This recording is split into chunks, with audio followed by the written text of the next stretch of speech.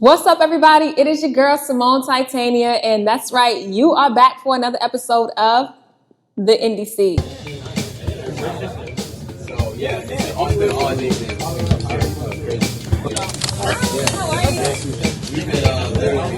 Today we have Epiphanii Nicole. What's up, Epiphanii Nicole? How you doing? I'm doing good. How about yourself? I'm doing good. It's good to see you sitting here in the Indie Seed. Thank you. Yeah, and if you can describe your music in one word, what would it be? Random. Random? Yeah, it's hard to describe in one word. I feel like it depends on the song, depends on my mood. If you can define your own genre of music, what would that be? To define my own genre, I think it would require a lot of words, but some words that I like are like indie, psychedelic, fusion, with the word dreamy in there somewhere. I could definitely see that, because when I see you perform, it's like a dreamy, psychedelic, very cinematic. Are you a photographer by any chance? I am. Okay. Yeah. I can see that when you perform, you know, with the lighting design that you use and your fashion you have on right now. Thank you. So what does that process look like for you when you are designing your set design for a performance? What does that look like? That's an interesting question. I've always been like a visual person. I find the art in everything, I feel like, you know, and I love all the different elements that can go into preparing these kind of performances, like the makeup artistry, the styling, the set styling can be really fun. I would love to do a lot more with set styling in the future. I wouldn't say that I have a real process. I just live in a kind of artist's chaos and throw pieces together all the time, and when I'm like curating the event and who like should perform and all of these things, but it's super fun, and I love having the opportunity to create those experiences for people, and I think that's the reward, and that's why I put in that energy with all of those details, because I think that each of them gives that performance or that experience just a little bit more. When you're writing your music, are you also thinking about what the performance looks like or how your audience is going to react to the music? That's interesting as well. I would say it's something that I've done a little bit more recently. I've only been writing and sharing my original music for about 2.5 years. And some of my more recent songs were kind of written for the reaction that I wanted, in a way. Like for my last show that I curated, I started my set with an looping opera. Okay. Because a lot of people don't know that I sing opera as well. So it was a really cool like attention getter, you know? Like we're in this bar and everyone is doing their thing, and then they were like, what's happening? There's like opera looping happening, you know? And I knew for that one, for example, that it was about like the audience reaction in a sense. Wow. So did you study music at all? Yeah, I did. I was in choir from when I was like 12 until all through high school, all through college. I did jazz choir and classical as well. So yeah. For many years, I've been telling people I'm not a guitarist, and now my collaborators, my friends, my peers are like, stop saying that, you know, like, you are. I do play guitar. I play rhythm guitar. Okay. But mostly I play just for the sake of being independent and being able to do it on my own, because I feel like I spent so many years like waiting for the band, waiting for the guitarist to come along, and it's like, that's not how it works. If I want to sing, then I'm just gonna sing, and if I need to accompany myself, then I can and I will. Absolutely. But you know, ideally, I do really enjoy just being able to like sing and front the stage sometimes in a different way. I feel like with my skill level, I'm more able to engage with the audience if I'm not focusing on playing and singing at the same time. Yeah, because watching you perform, it's very dreamy. Like you pull us all in, you know, from your aesthetics to the way that you interact with the crowd. Is it easy for you to do that because you rehearse a lot before your performance, or is it just that it's something that comes easy to you? Yeah, these days I've been getting really busy. Like I have a lot of projects coming up, and I'm working on recording. I'm also doing like photography gigs and some videography stuff, and focusing on all of the different elements that go into planning the event. And honestly, lately I haven't had a lot of time to rehearse, you know? So it's definitely not because I'm rehearsed. On the other side, I feel like it's like the vulnerability of not feeling prepared makes me kind of want to connect with the artist, with the audience in a way that it feels like supportive, like thank you for being here and like on this journey with me while I'm figuring out my stuff and sharing it with you, because that's always like an authentically vulnerable experience, you know, to share. You've been doing your original music for 2 years now. So going into the studio, doing your own music. Right. What does that feel like? Were you nervous at all? Excited? You know, it's a completely new experience to think of music in a recording kind of aspect. Because when I was writing the music just 2 years ago, I was just thinking, what can I do, just me and my guitar, and just, you know, put that there and have it be what it is. Now I'm kind of exploring the songwriting where I'm thinking ahead to what other elements am I going to add later. So it opens it up to a lot of possibility, which can be exciting and it can be daunting. And I'm currently just, you know, even listening differently to music, because not only am I listening to like the melodies and things like that, but also to the recording quality or like the tone of this guitar, or trying to, you know, oh, I love this song. Okay, what is it that I love about this song? What is it that gives it that thing that I like, so that I can better understand and also hopefully like better communicate as I continue to go into the studio and try to develop more music. Nice. Do you have a 5-year plan for April Nicole? Oh, I should, but you know what? No, I don't. I'm very much going with the flow. Gotcha. I have no idea. I'm kind of an impulsive person, and I'm okay with the mystery. You never know. You never know. Oh, hey, what's up, guys? We are right here at WUUL Studios. This is where we are shooting the Indie Seat. And we want to thank WUUL Studios so much, because they are one of our community supporters, and we appreciate all our community supporters. If you're an artist or business looking for a place to shoot anything that you can think of, they can do it, okay? So hit up WUUL Studios. They do hourly rentals, and you can book it right on their website. It's really simple, WUULstudios.com. Thank y'all so much. Again, check out WUUL Studios, and make sure you're checking out the Indie Seat too, all right? All right, y'all. Peace. Thank you. I know that you curate a lot of, you know, events and performances, but do you ever just jump onto someone else's bill, or are you just performing at places that, you know, it's something that you've curated?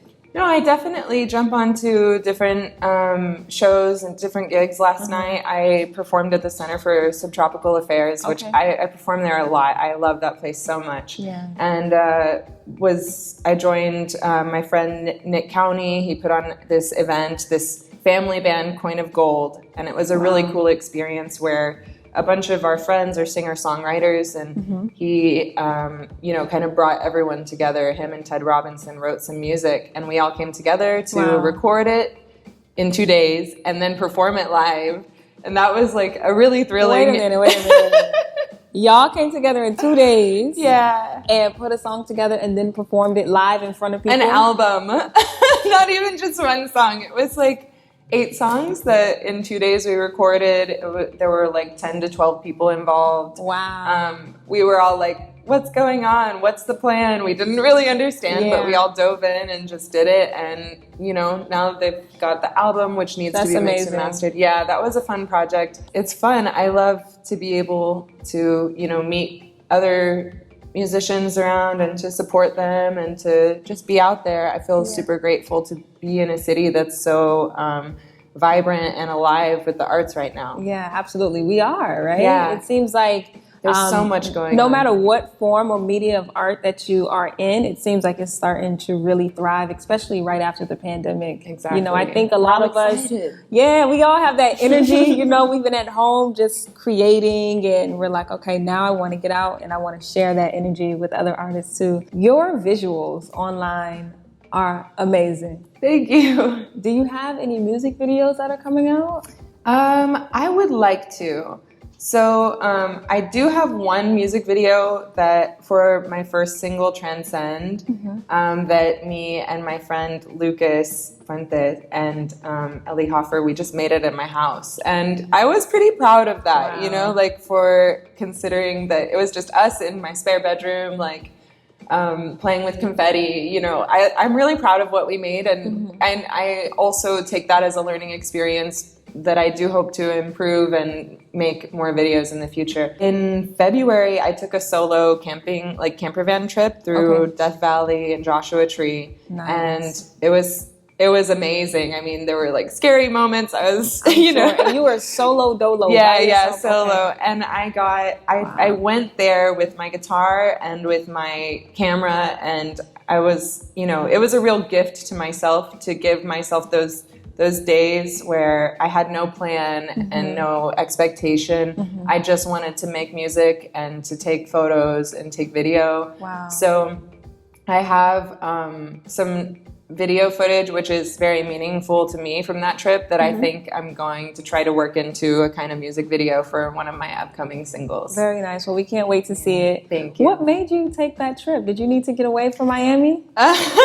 Yeah, honest. Miami, like you said, you know, there's so much going on here. And I really do feel like I'm surrounded by so many amazingly talented people that are putting in the energy and the time, and there's just, you know, it's a whirlwind and it's beautiful. Sometimes it's very important to disconnect, and, you know, being in a place that is so active always, you know, I mean, any given night it's like, okay, so-and-so's playing there, so-and-so's there, someone's there. And it's hard to even choose, or sometimes just say, no, I have to stay at home and rest, or I want to focus on songwriting, things like that. There's so many people to support.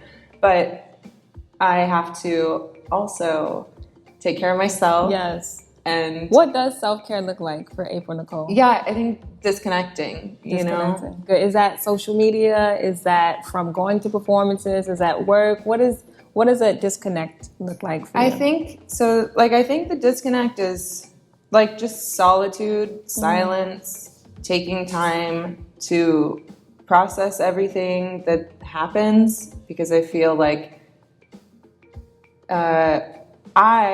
we sometimes don't stop to just, like, you know, recount what's happening, where we're at, where we're going, what we're grateful for. For me, that's one of the biggest things, is to stop and, just to remember all of the things that I'm grateful for, to remind myself to, like, go easy on myself, be proud of myself and my accomplishments or the things that I'm trying to do. When I see you on stage, I'm always thinking to myself, this girl needs to be on Pitchfork, you know? So do you have any dream festivals that you want to perform at? Oh, wow. That is such a question.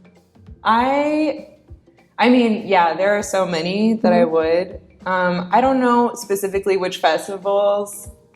I mean, I'd love to do something like Austin City Limits would be super cool. I just love Austin. Yeah. I think that might be like the only festival that I've really gone to. That and Warped Tour, but I don't need to join Warped Tour. Sometimes I think about which artists I would love to, you know, perform for or open up for. And for example, like Alice Phoebe Lou, Angel Olsen, Leon Bridges, any of those artists, whatever festivals they're on. That's where you want to be. Yeah, count me in. Open up. Wow. Well, we're going to speak that into existence. And also when you get booked, you know, give us some tickets over at Co-op TV. But we'll come and support you. Now, if you are able to offer any form of advice or inspiration to an emerging artist who wants to collaborate with their music, their photography, or just their business, can you offer any advice to an up-and-coming artist or entrepreneur? I feel like this is an opportunity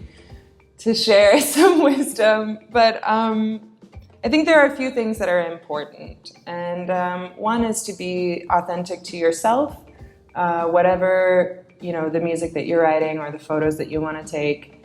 I think it's important to, do it your way, and your people will come, someone's going to like your music or someone's going to like your photos.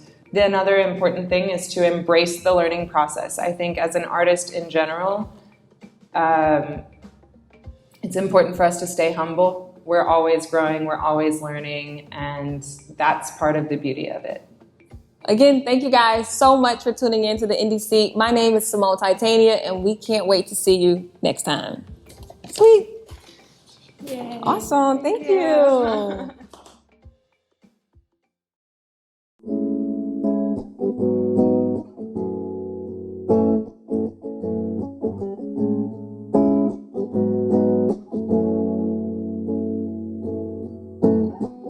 Futures in your eyes, I see futures all the time.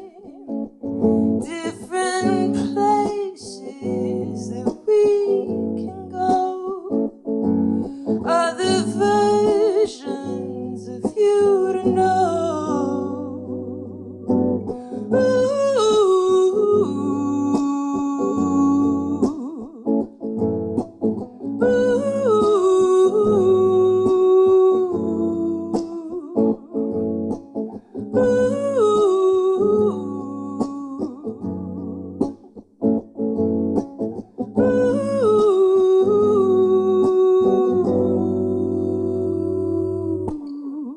Landscape so far away, I can see them in your face,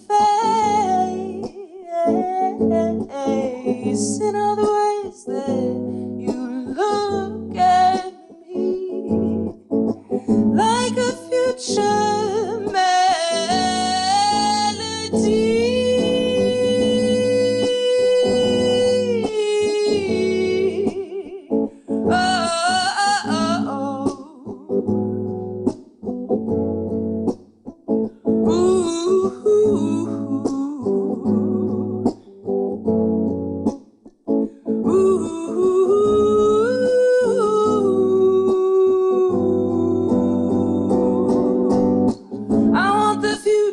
Show me the future. What is the present waiting for?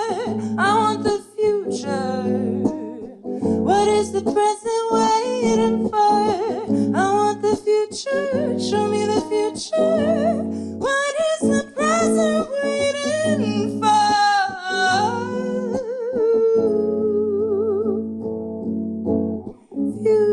Futures in your eyes, I see futures all the time.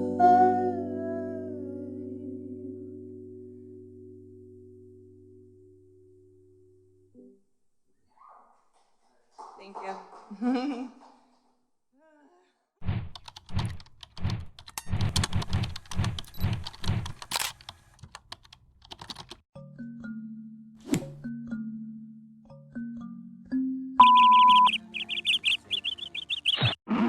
What's up, guys? That's right, it's your girl Symone Titania, and I am in the building today to tell you about our sponsor, Epiphanii. Epiphanii hair and body care products is my go-to, okay? A lot of y'all be reaching out to me about my hair, and I'm gonna tell you straight up, this is what makes me do what I do and be great even on those days that I am waking up for the Indie Seat and can't be great. I just spray myself with a little ajabu spray. This has a little bit of tea tree, aloe, and everything you need to keep you fresh for your body and your hair. This right here, this is the shea butter, okay? It's ajabu shea butter, and yes, you can use them both together. I use it for my hair and for my body. This is to set my styles when I do my braid outs, my twists, to keep my feet moisturized, if you know what I mean. And this right here, everyone can use. This is a little bit of light and breezy oil, and you could put this on your face. Singers, you can even put this a little bit on your fingers and put it right up in your throat, and it just relaxes you right before your performance. And this is called light and breezy oil. Anyway, I just wanted to come straight to you guys because I get the question all the time, but this is the answer, okay? Epiphanii hair and body care products made right here in Miami, Florida by a beautiful Black woman, okay? And make sure you support EpiphaniiHairandBodyCare.com. Thank you so much for always supporting us, Epiphanii. Peace.